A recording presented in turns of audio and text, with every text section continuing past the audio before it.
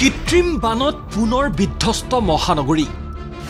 নিখাৰ মুখলধাৰ বৰষুণে উটুৱাই নিলে আভিজাত্য জুৰুদত ভূমিস্খলনৰ ঘটনা দেৱালসহ মাটি খহি পৰিল বাসগৃহত কথমপি প্ৰাণ ৰক্ষা এটা পৰিয়ালৰ অনিল নগৰ নবীন নগৰ ৰুক্মিণী গাঁও সাতগাঁও হাতীগাঁও চানমাৰী হিজুবাৰী সকলোতেই কৃত্ৰিম বান মহানগৰীৰ অধিকাংশ অঞ্চলে এতিয়া পানীৰ তলত কি ৰাজপথ কি উপপথ কি ঘৰৰ চৌহদ সকলোতে কেৱল পানী আৰু পানী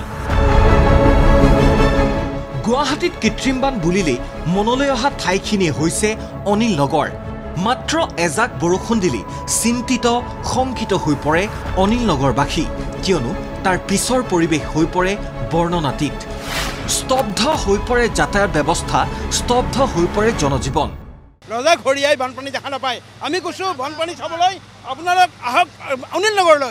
নগৰ নবীন নগৰত আহক আৰু আপোনালোকে বানপানী প্ৰত্যক্ষ কৰক এই আমাৰ অৱস্থা ৰাতি 2টা বজাৰ পৰা আমি এই গ্লোভছ পিন্ধি আমি জাবৰ চাফা কৰি আছো এনেকুৱা পৰিস্থিতিত আপুনি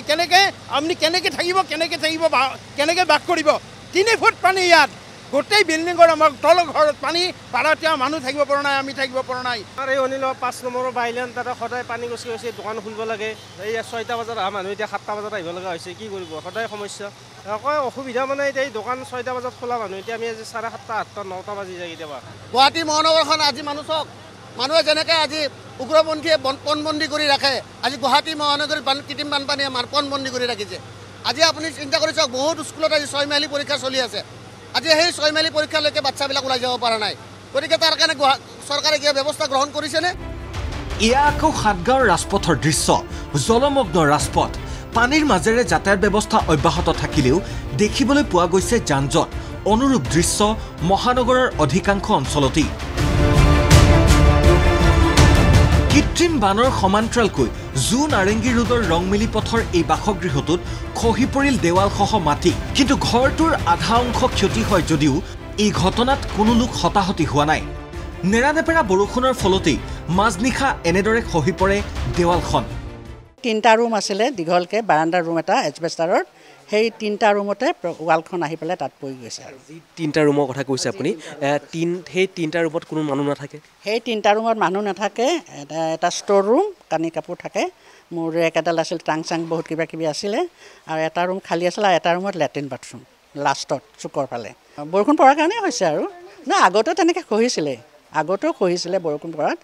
কিন্তু কালি হঠাৎ খহিব বুলি ভবা নাছিলোঁ কালি অকস্মাত যে কিয় খহিল মানে গোটেই ৱালখন ভাঙি আহিল আৰু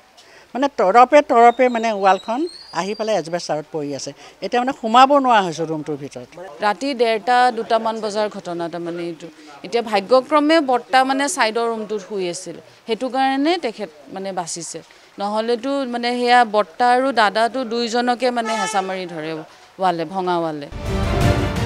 ইফালে বৈকুণ্ঠপুৰতো খহি পৰে চিৰিয়াখানাৰ গাৰ্ডৱাল যাৰ ফলত ব্যাহত হৈ পৰে অঞ্চলটোৰ যাতায়াত ব্যৱস্থা পিছে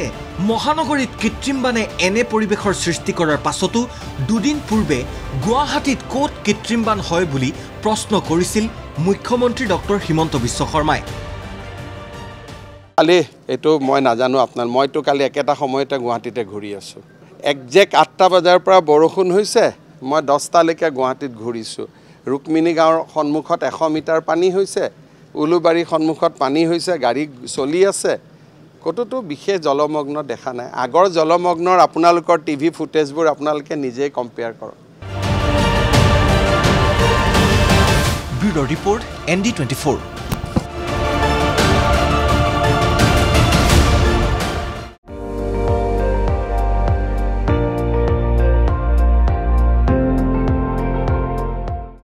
আপুনি চাই আছে ND24 সৰ্বশ্ৰেষ্ঠ নহয় সৰ্বোত্তমৰ দৌৰ